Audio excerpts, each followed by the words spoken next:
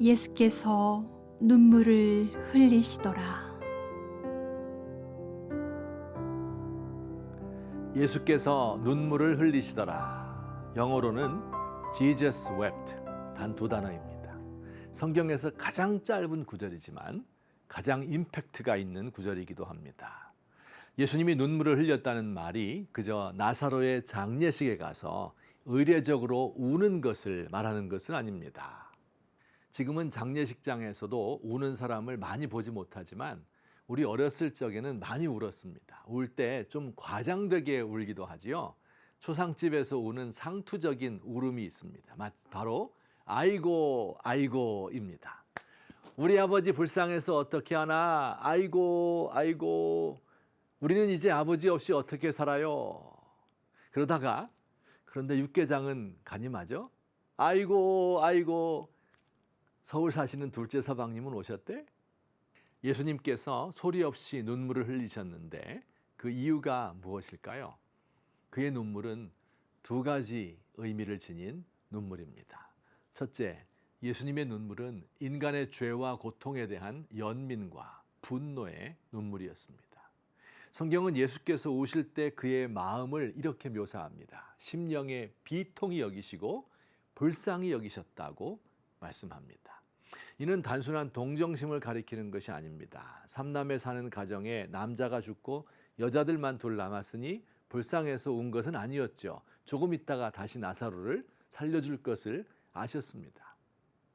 예수님의 마음을 격앙시켜 비통한 감정을 일으켜 눈물을 흘리도록 한 것은 바로 그 초상집의 장면들이었습니다. 세상에는 사랑하는 사람을 잃고 그 때문에 눈물을 흘려야 하는 사람이 얼마나 많습니까?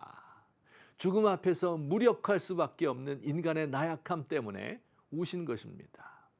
예수님은 슬픔과 동정의 눈물만 흘리고 있는 것은 아닙니다. 동정과 더불어 분노의 눈물도 섞여 있습니다.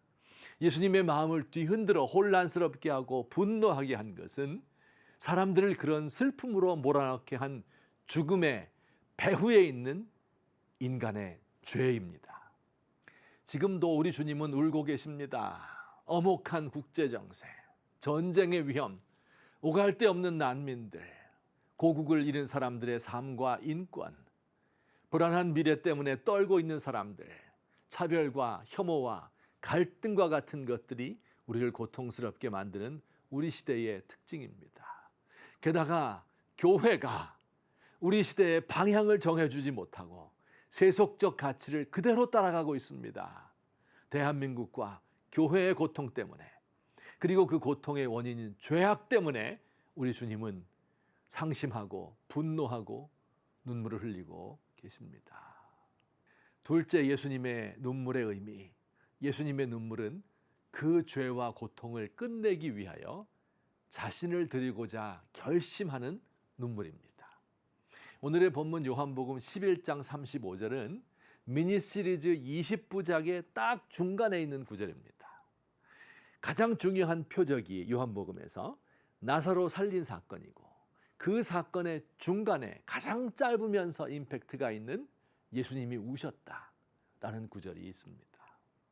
예수님의 이 눈물은 무언가 이제부터 일어날 중요한 일을 암시하는 것입니다. 바로 예수님의 죽음입니다.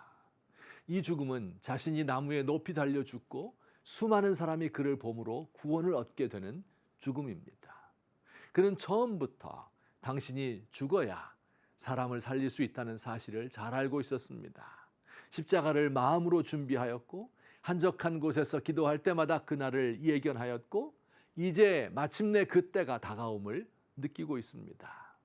소리 죽이고 숨 죽여 눈물을 흘리며 결심을 굳히는 눈물을 흘리신 것입니다.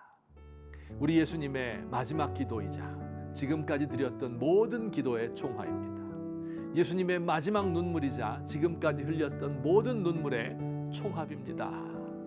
아버지께는 모든 것이 가능하시오니 이 잔을 내게서 옮기시옵소서. 그러나 나의 뜻대로 마옵시고 아버지의 뜻대로 하옵소서. 주님, 주의 이름이 땅에 떨어진 것을 보며 괴로움의 눈물을 흘립니다. 시대의 아픔에 동참하며 탄식의 눈물을 흘립니다. 우리의 눈에서 흐르는 눈물을 주님의 눈물병에 담으소서. 눈물로 얼룩진 상한 심령의 제사를 주님이 받으시는 줄 믿습니다. 눈물을 흘리며 씨를 뿌리는 자는 반드시 기쁨으로 단을 거둘 것임을 확신합니다.